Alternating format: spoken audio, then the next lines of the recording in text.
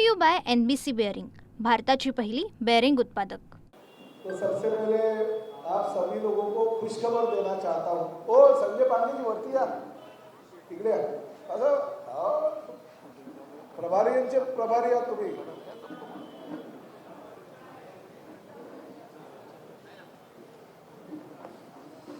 बहुत सारी न्यूज आज मैं आपको देने वाला हूँ, मगर मेरा एक रिक्वेस्ट है आपका कि एक ही न्यूज में सब न्यूज डाल के एक ही न्यूज मत बनाइए, क्योंकि 5 बड़ी न्यूज दे रहा हूँ, 5 जो मीरा भाईंदर शहर के माध्यम से बहुत बड़ी न्यूज है। क्योंकि क्या होता है, मैं कुछ करता हूँ और बाद में कोई नेतागण आके वो लेटर देता है और मैं वो अभी ये हटा दिया वो हटा दिया ऐसे कुछ मेरे को, मैं नहीं बोला, तुम लोग ना हमारे भाइयों में झगड़ा लगाने का काम करते, ये बराबर नहीं है। अच्छा, तो सबसे पहले बहुत बड़ी खबर मीरा भाईंदर शहर की जनता के लिए है। पिछले कई सालों से मीरा भाईंदर शहर के लोगों ने, जो कि धोखादायक इमारतें हैं, उसमें से हमारे बहुत सारे पत्रकार लोग भी बेचारे वहाँ पे रहने वाले हैं, या उनके पास बहुत सारे लोगों ने कंप्लेंट की थी कि धोखादायक बिल्डिंग में रहने वाले लोगों को रीडेवलपमेंट नहीं होती है, क्योंकि UDCPR में ऐसी तरतूद की गई है कि उस तरतूद की वजह से हमारी बिल्डिंगें जो है जर्जर हो गई है। महानगर पालिका ने धोखादायक घोषित की है। कुछ जगह पे जो है हमारी बिल्डिंगें के लोग खाली हो गए, मगर फिर भी उन्हें डेवलपर ने डेवलप नहीं किया, क्योंकि FSI मिला नहीं।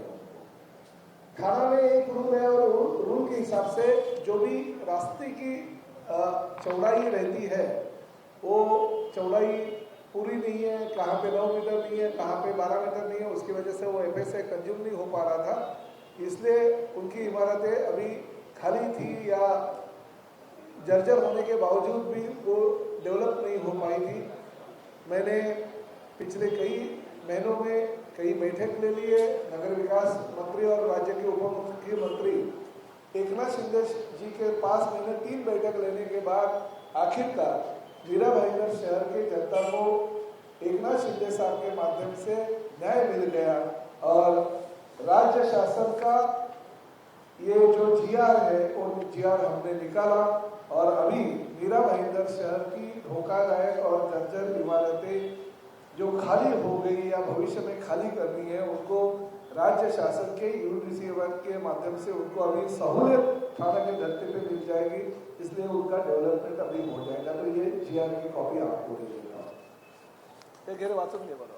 और इसके लिए हमारे जो राजू बेतोस्कर है, इन्होंने बहुत इन्हें इसका जो पीछा करना होता है एक आध चीज का, तो बहुत ही पीछा किया। और मैं जो ऐसा बोलता हूँ, मैं नामधारी हूँ, मगर हमारे जो पदाधिकारी हमारे जो लोग हैं वो इसके पीछे लगे थे, इसलिए ये सब हो सका। ऐसा मैं जिम्मेदारी के साथ कहना चाहता हूँ कि शिवसेना के हमारे इतने सक्षम पदाधिकारी है, इसलिए ये सब चीज हो पाई है।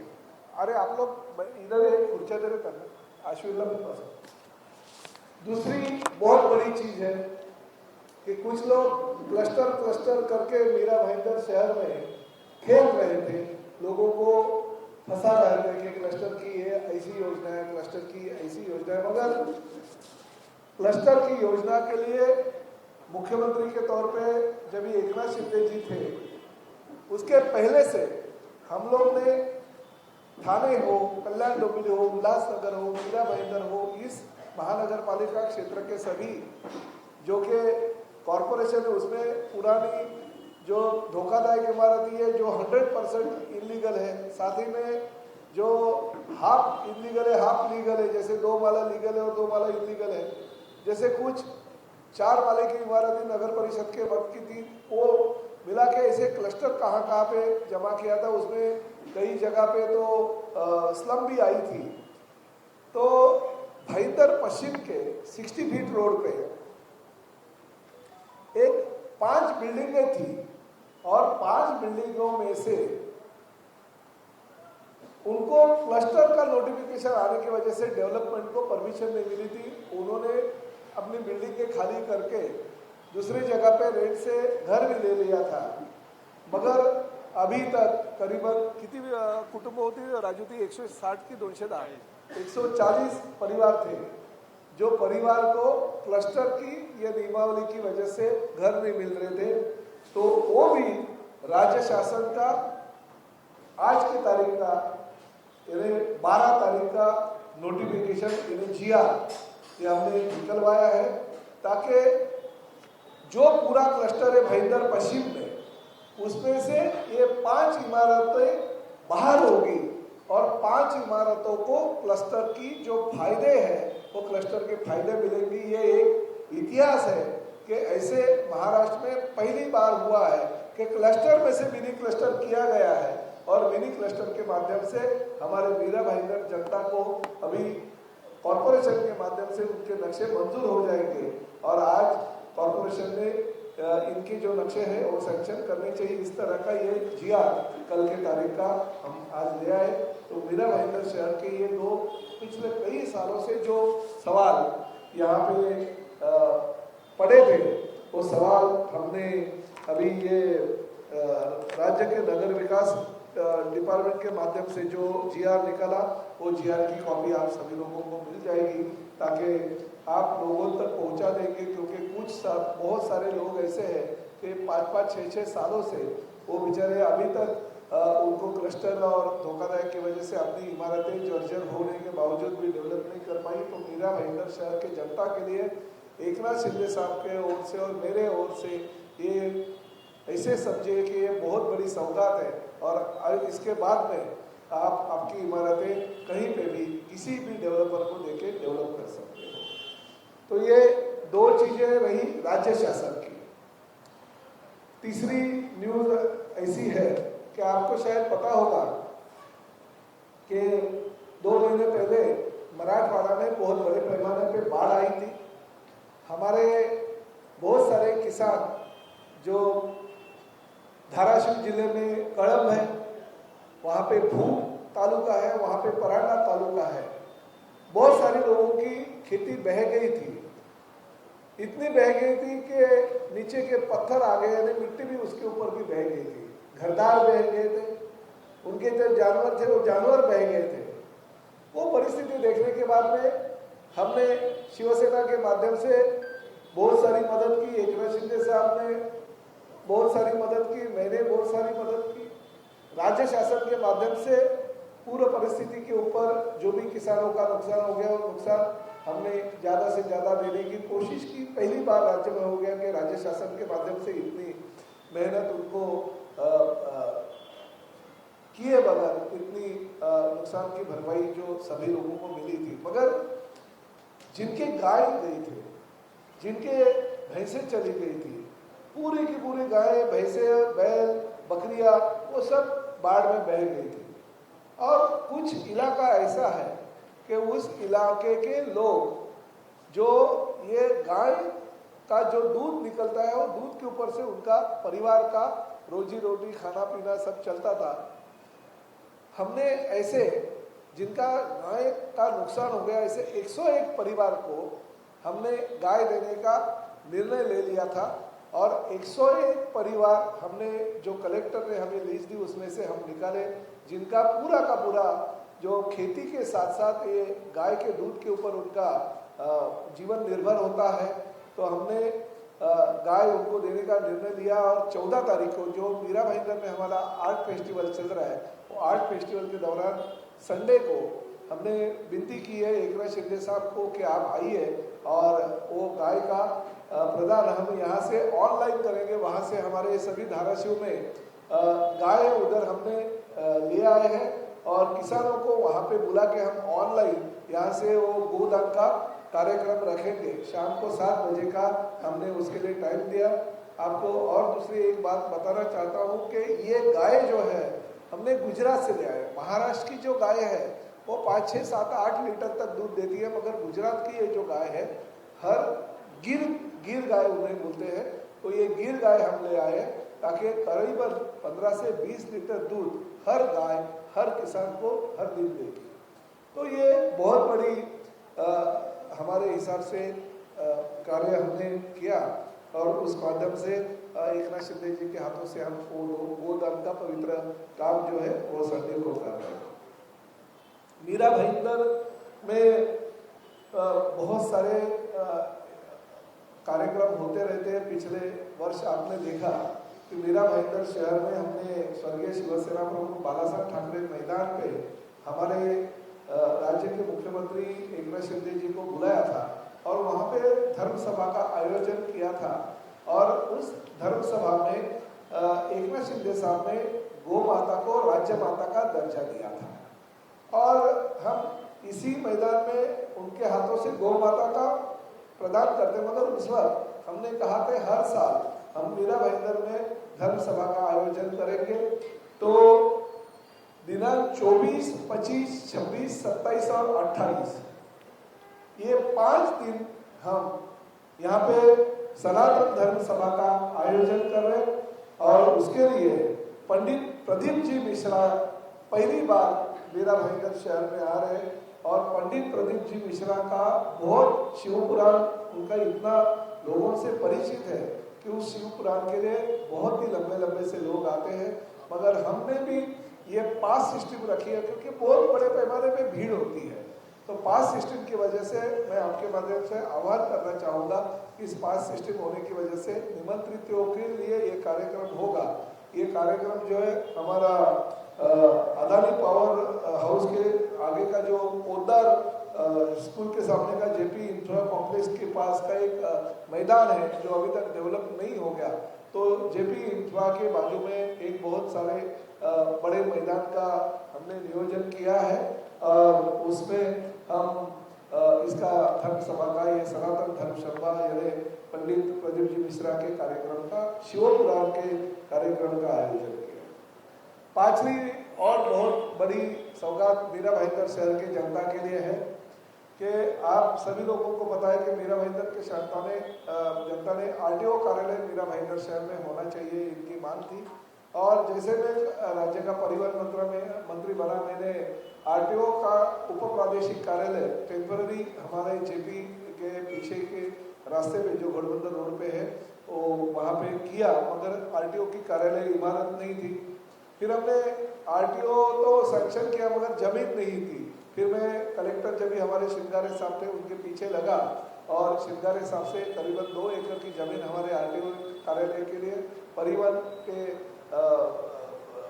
नाम पे हमने ट्रांसफर कर दी और सोमवार को सुबह 11 बजे उस परिवहन के कार्यालय का भूमि पूजन हो रहा है, जिसके लिए हमने राज्य शासन ने उसको मंजूरी दे दी है और 15 करोड़ का निधि से हम वो परिवहन कार्यालय वहाँ पे बनाएंगे। करीबन 2 साल में वो कार्यालय पूरा हो जाएगा और 2 साल के बाद में 2 साल भी वैसे तो कॉन्ट्रैक्टर को हमने 18 महीने का ही टाइम दिया, मगर 2 साल तक शायद वो पूरा होगा। तो सोमवार को सुबह 11 बजे उसका भी भूमि पूजन रखा है। तो ऐसे अलग अलग कार्यक्रम आपको पता है कि हम कर रहे हैं। दूसरी मैंने नागपुर में घोषणा की थी कि राज्य में जितने भी हमारे परिवहन के कार्यालय है, आरटीओ के कार्यालय, उसमें अगर हमारे पास ओपन स्पेस होगी तो उसमें से 1 एकड़ जगह पे हम ट्रैफिक पार्क का निर्माण करेंगे। जैसे गिलबर्ट मेंडोसा जी के नाम का यहाँ पे हमने ट्रैफिक पार्क का चालू किया है, उसी तरह से राज्य के हर जगह पे जहाँ पे आरटीओ का ऑफिस होगा वहाँ पे हम ट्रैफिक पार्क का निर्माण करेंगे ताकि सीनियर सिटीजन से लेके बच्चों को भी छोटे जब स्कूल में जाते हैं तभी से ट्रैफिक की समस्या जो होती है उसके कारण बहुत सारे रोड एक्सीडेंट होते हैं, वो रोड एक्सीडेंट नहीं होने चाहिए, बंद होने चाहिए। इसके लिए हमने ये नियोजन किया और धर्मवीर आनंद दिगे जी के नाम का वो ट्रैफिक गार्डर के लिए हमने सेंट्रल और स्टेट गवर्नमेंट से जो भी फंड हमें उपलब्ध होता है रोड सेफ्टी के हिसाब से उसका आयोजन करके एक ट्रैफिक पार्क को करीबन 1 करोड़ रुपया, इसकी कम से कम 1 करोड़, ज़्यादा भी हो सकता है, तो 1 करोड़ रुपए का हमने बजट प्रोविजन उसमें रख दिया। और राज्य में सभी जगह पे 59 हमारे आरटीओ के कार्यालय और मीरा भाईंदर का ये 7वां हो जाएगा तो 60 जगह पे हम लोग ये ट्रैफिक गार्डन का यानी ट्रैफिक पार्क का निर्माण करेंगे। और भी बहुत सारी चीजें हैं, वो तो होते रहेंगे, मगर ये 5-6 जो चीजें जरूरी थी वो मैंने आपके सामने रख दी।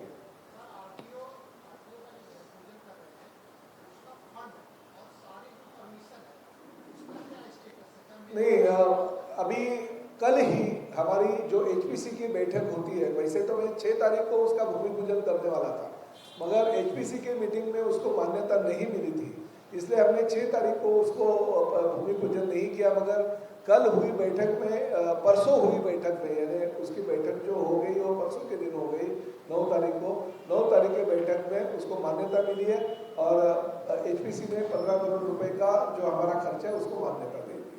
तो राज्य शासन से प्रस्ताव को मान्यता दे दी है, मगर अभी आचार संहिता कभी भी लग सकती है, इसके उसके पहले हम भूमि पूजन करते हैं, ताकि लोगों ने जो पिछले कई सालों से मांग की थी वो मांग हम पूरी कर रहे हैं।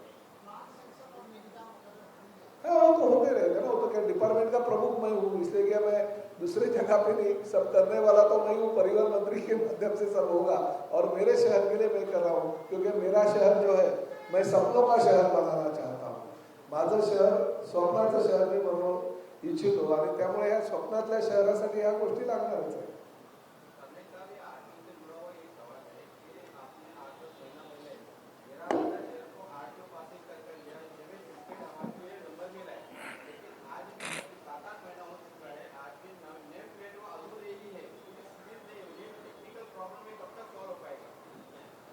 नहीं, मुझे आप जो चीज़ें वो डिटेल दे दीजिए, उसके बारे में मुझे जानकारी नहीं है, मगर हमारी जो हिमांगिनी पाटिल है उनसे मैं इसके बारे में जानकारी लेता हूँ, मगर अगर तकलीफ होती है तो जल्दी से जल्दी दूर करते हैं।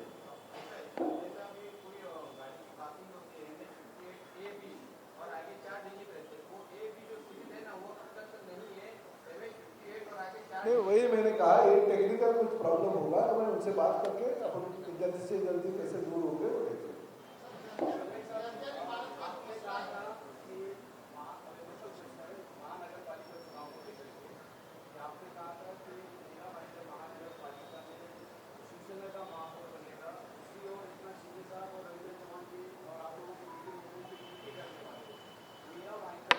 अरे भाई, युति हो गया कि तो क्या शिवसेना का महापौर नहीं बनेगा? हमारी युति में अंडरस्टैंडिंग है, आपको क्यों पहले ही बताया हम? कभी उनका होगा, कभी हमारा होगा, कभी उनका उप महापौर होगा, कभी हमारा होगा, कभी स्टैंडिंग चेयर पर उनका होगा, हमारा। अरे युति में आपस में लेन देन तो होती है ना भाई। हमने पहले से कहा है, भले लोग कितना भी बोलने दो, कितना भी आंकड़ा उनके हिसाब से कहने दो कि हमारे इतने हैं, इतने हमने शिवसेना से लिए, इतने कांग्रेस से लिए, जो आपके बचे हैं वो बचे के नया नगर में हम लोग डिवाइड कर देंगे। हम मुख्यमंत्री के लेवल पे और प्रदेशाध्यक्ष के लेवल पे बात कर रहे हैं और महायुति के माध्यम से ही हम लड़ना चाहते हैं।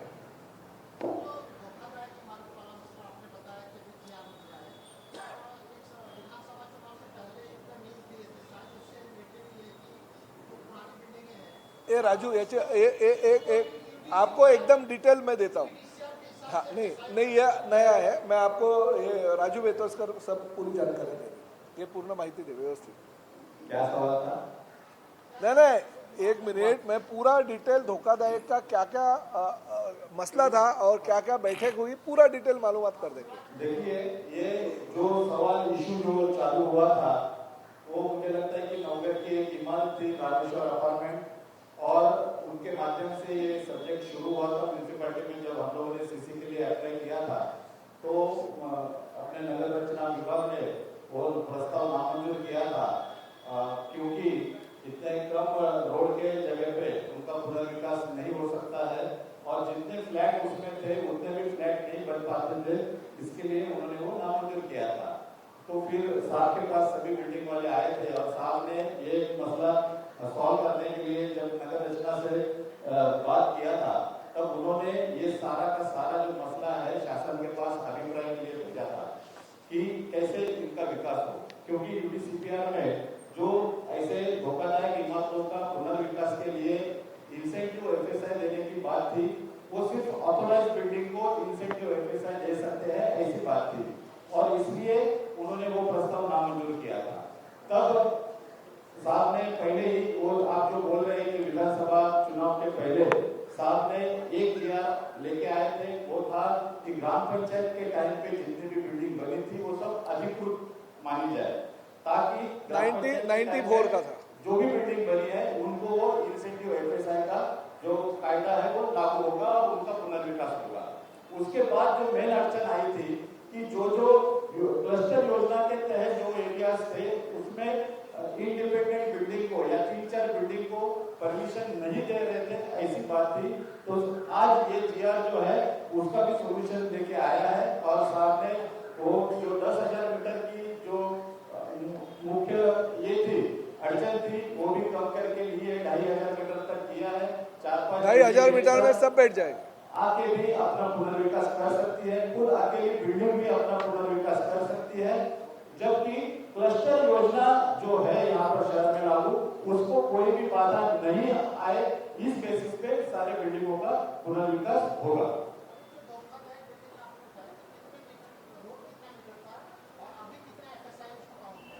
देखिए जो रोड के यूडीसीपीआर में जो रोड के तहत जो भी कानूनी पासिंग करने का जो मुद्दा था वो सब वैसे ही है, लेकिन सिर्फ उसमें थोड़ी सी रियायत ये दे दी गई है कि जो भी छोटे रोड पे जो बिल्डिंगें अभी है और उनको अगर पुनर्विकास करना है तो हाइट रिस्ट्रिक्शंस में से थोड़ा सा एक्सेप्शन किया है। जो भी पार्किंग एरिया जो है वो एक्सेप्टेड किए हैं और जो भी साइड मार्जिन का जो मसला है वो भी थोड़ा सा शिथिल किया गया है ताकि रोड भी बने और एफएसआई भी कंज्यूम हो, ये दोनों काम हो जाएगा। दूसरी क्लस्टर में क्या था, पहला मिनिमम 10,000 एरिया चाहिए था। अभी भाईंदर वेस्ट में जो 60 फीट रोड पे हमारे पास जो प्रपोजल आया था 5 बिल्डिंगों का, तो उसमें क्या था, वो 5 बिल्डिंग मिलके 2,800 उनका एरिया होता था, 2,790 वगैरह ऐसा कुछ था। तो हमने ऐसा करा, पहले तो 10,000 मीटर था, तो हमने ऐसा कहा कि कहीं एक सोसाइटी का 10,000 मीटर में भी सोसाइटी हो सकती है या एक सोसाइटी जो है वो 400 मीटर में भी हो सकती है, जैसे कि ये थी। तो हमने ये लगाया कि अगर पूरा क्लस्टर में से मिनिमम 2,500 मीटर का भूखंड वाले 4, 5, 6, 7 इमारतें भी अगर सेपरेट होती है तो उनको क्लस्टर का फायदा मिलना चाहिए और उनको हक होना चाहिए कि वो उनकी इमारतें डेवलप कर सके। कभी कभी क्या होता है, क्लस्टर में कुछ 2090 के, 2080 के, 2070 की बिल्डिंग है और कुछ बिल्डिंग जो है क्लस्टर में 2010, 2015 के। अभी 2015 के इमारतें जब तक धोखादायक नहीं हो जाती है तब तक ये पुराने 2070 और 80 की इमारतें अगर धोखादायक होगी, वो क्या रुकेंगे क्या? उनके लिए क्लस्टर का नियोजन होगा तभी हमारा डेवलपमेंट होगा, इसके लिए वो रुक नहीं सकते। इसलिए यह निर्णय लिया गया कि 2,500 मीटर तक भी अगर आपकी बिल्डिंग के जो धोखादायक है वो रहेंगे तो उनको मिल जाएगा एफएसआई।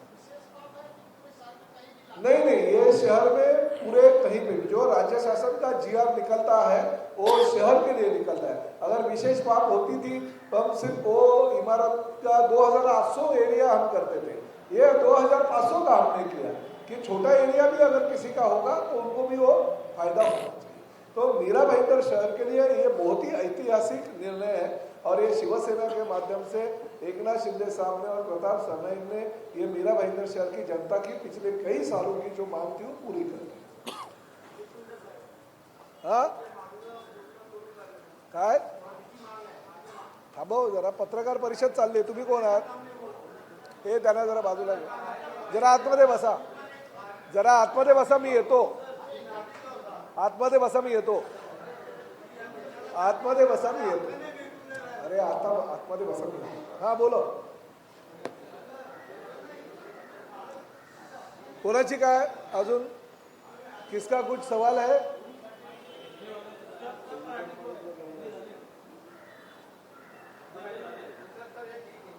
हाँ बोलो।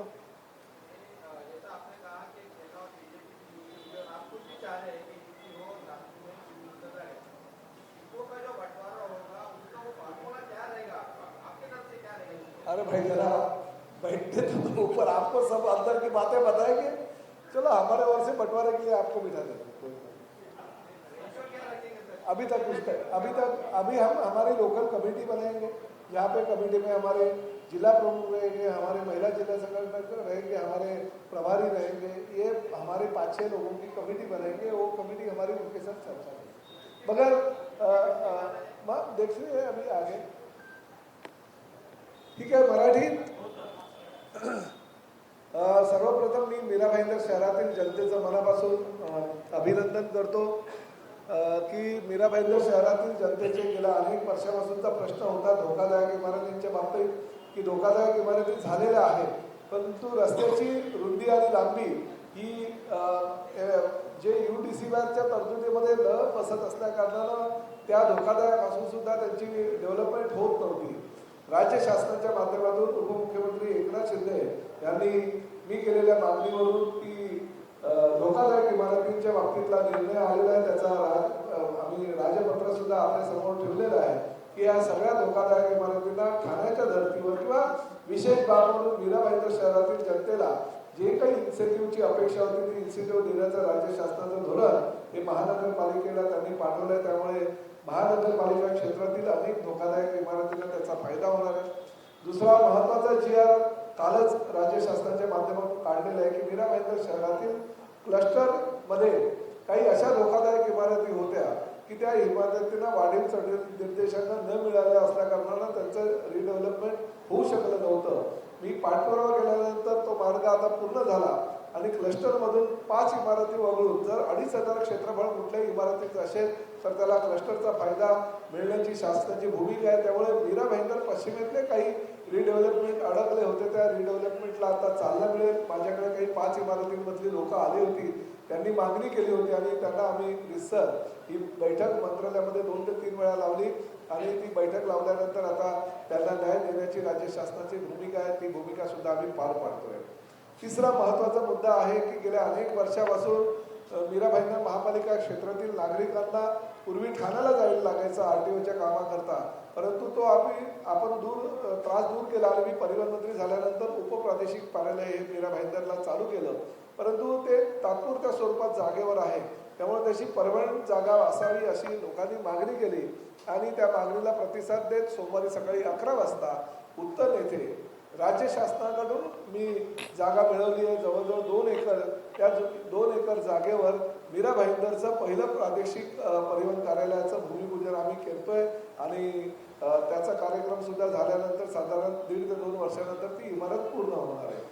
तिसरा महत्त्वाचा मुद्दा आहे की पूर्ण परिवहन सेवेच्या माध्यमातून राज्य शासनाच्या ज्या ठिकाणी RTOच्या इमारती आहेत त्या प्रत्येक इमारतीच्या बाजूला जर मोकळी जागा असेल तर त्या ठिकाणी धर्मवीर आनंद टिके साहेबांच्या नावानं आम्ही ट्रॅफिक पार्क निर्माण करणार आहोत. त्याने म्हणून लहान मुलांना लहान वयातच ट्रॅफिकचे सर्व निकष नियम कळतील आणि त्यामुळे जे रोड ॲक्सिडेंट वगैरे होतात ते कमी प्रमाणात होतील आणि त्याचबरोबर काही चांगल्या वनस्पतीची लागवड, फुलांची लागवड त्या ठिकाणी केल्यानंतर ऑक्सिजनचं प्रमाण वाढेल, ज्येष्ठ नागरिकांना सुद्धा त्याचा फायदा होईल. अशा पद्धतीचं ट्रॅफिक गार्ड राज्यामध्ये 60 ठिकाणी आम्ही ते गार्डन तयार करणार आहोत. त्याचा फायदा सुद्धा सर्वसामान्य जनतेला होईल. 5वा महत्त्वाचा मुद्दा की धाराशिव जिल्ह्यामध्ये जी काही पूर परिस्थिती निर्माण झाली होती त्यावेळेस मी आणि एकनाथ शिंदे साहेब धाराशिवच्या दौऱ्यावर होतो आणि त्या ठिकाणी असं आम्ही ठरवलं की अन्नधान्य तर गोरगरीब शेतकऱ्यांना मिळेलच, परंतु अन्नधान्याबरोबर त्यांचं गोधन वाहून गेलेलं, काहींच्या गाई, म्हशी, बकऱ्या, बैल असे वाहून गेलेले आमच्या डोळ्यासमोर आम्ही बघितले आणि त्यामुळे आम्ही जसं काही एकनाथ शिंदे साहेबांनी गेल्या वर्षी गोमातेला राज्यमातेचा दर्जा दिला होता आणि ह्या गोमातेच्या दुधाच्या माध्यमातून शेकडो जे शेतकरी आहेत त्यांचं रोजीरोटी चालत होती, त्यांचं उपजीविकेचं एक साधन होतं आणि त्यामुळे ते गोधन वाहून गेल्यानंतर आम्ही असं ठरवलं की मी माझ्या स्वखर्चातून 101 गाई ह्या धाराशिवमधल्या आमच्या गोरगरीब शेतकऱ्यांना देणार असं मी धोरण जाहीर केलं होतं आणि त्यानुसार आता मी महाराष्ट्रामध्ये तर अनेक ठिकाणी गायी बघितल्या, परंतु गुजरातच्या ज्या गिर गायी आहेत त्या दिवसाला जवळजवळ 15 ते 20 लिटर दूध देतं. त्यामुळे अशा 101 गायीचं लोकार्पण एकनाथ शिंदे साहेबांच्या हस्ते रविवारी संध्याकाळी 7 वाजता बाळासाहेब ठाकरे मैदानावर जे काही आमचा कार्यक्रम चाललेला आहे संस्कृती आर्ट फेस्टिवल, त्या फेस्टिवलच्या दरम्यान त्यांना प्रदान करण्यात येईल आणि त्यामुळे 101 कुटुंबांना एक वेगळ्या प्रकारचा न्याय मिळेल. त्याचबरोबर आम्ही गेल्या वर्षी जशाप्रमाणे धर्मसभा ठेवली होती तशीच सनातन धर्मसभा ही 24, 25, 26, 27 आणि 28ला मीरा भाईंदर शहरामध्ये ठेवतोय आणि या धर्मसभेच्या माध्यमातून पंडित प्रदीप मिश्रांचं हे अतिशय चांगल्या प्रकारचं कार्यक्रम जो सर्व लोकांना परिचित आहे शिवपुराण, तो शिवपुराणाचा कार्यक्रम 24, 25, 26, 27 दुपारी 2 ते 5 आणि 28 तारखेला सकाळी 8 ते 11 ह्या 5 दिवस होईल. त्याला सगळे शंकराचार्य आणि इतर अनेक मान्यवर सनातन धर्म ची रक्षा करणारे सगळे काही आमचे साधू संत येणार आहेत. तर मीरा भाईंदर शहरातील जनतेने त्याचा जास्तीत जास्त लाभ घ्यावा अशी विनंती आपल्या माध्यमातून मी करतो. ओके.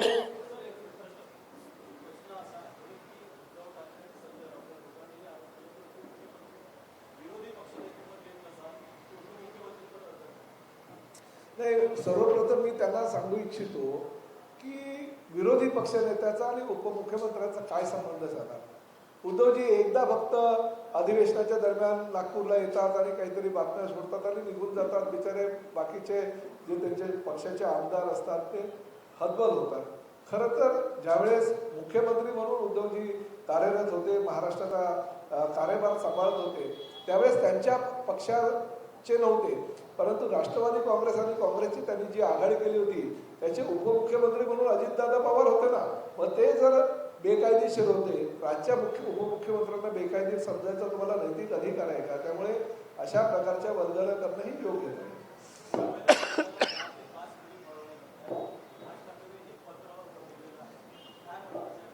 मी ते स्टेटमेंट त्यांचं पाहिलं, परंतु जर अशा परिस्थिती होत असेल तर ते धक्कादायक आहे. राज्य शासनाच्या आमच्या जबाबदार असलेल्या त्या खात्यानं कारवाई करायला पाहिजे. कारण अशा पद्धतीनं महाराष्ट्रामध्ये जर त्यांच्या पत्राची जी काही माहिती आहे ती जर खरी असेल तर निश्चितपणे ते योग्य ती कारवाई करायला पाहिजे.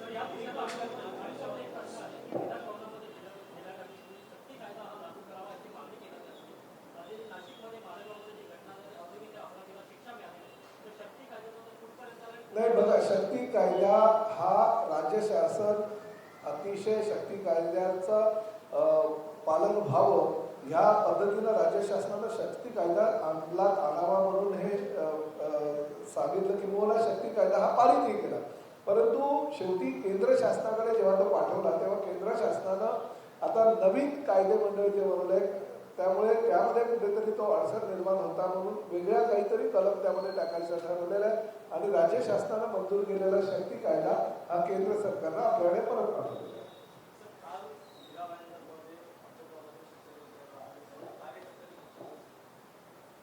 मला तर काय कल्पना नाही बाबा. सगळ्याच्या सगळं तर माझ्यासमोर आहे. कुठल्या तरी कोणीतरी साईडवरचे बिगारी वगैरे काहीतरी कोणी नेले असतील आणि आमच्या पक्षाचं नाव जर दिलं असेल तर ते मला काय माहिती नाही. कोणी काय आपलं कोणी सध्या तरी कोणी नाही आहे, परंतु कोणी जर आमच्या चांगलं आमच्या पक्षाच्या नावावर जर कोणी कोणाला दुपट्टे घातले असतील तर चांगलं आहे. मग आम्हाला पण मोकळीक मिळाली. कोणी जर आमच्याकडे आला तर आम्ही त्याला दुपट्टा घालायला. नाही, शेवटी नाव घेऊन दिशाभूलच झाली. कारण शेवटी आमचे तर कुठले पदाधिकारी गेले नाही, कुठले त्यांनी उचलून आणले असते तर मला कल्पना नाही. आणि मीरा भाईंदरचे नाही, काही दुसरे बाहेरचे कुठले आणले असते तर मला कल्पना नाही. परंतु जर तसं असेल तर आम्हालाही मोकळीक मिळते ना, मग आम्हालाही कुणालाही पट्टे घालता येईल. ठीक आहे, हे आता शेवटी महायुती आहे, आदान प्रदान ही होते, आदान प्रदान ही होणार, भविष्यात अजूनही मोठ्या प्रमाणात होणार. धन्यवाद. Brought to you by NBC bearing, भारताची पहिली बेअरिंग उत्पादक.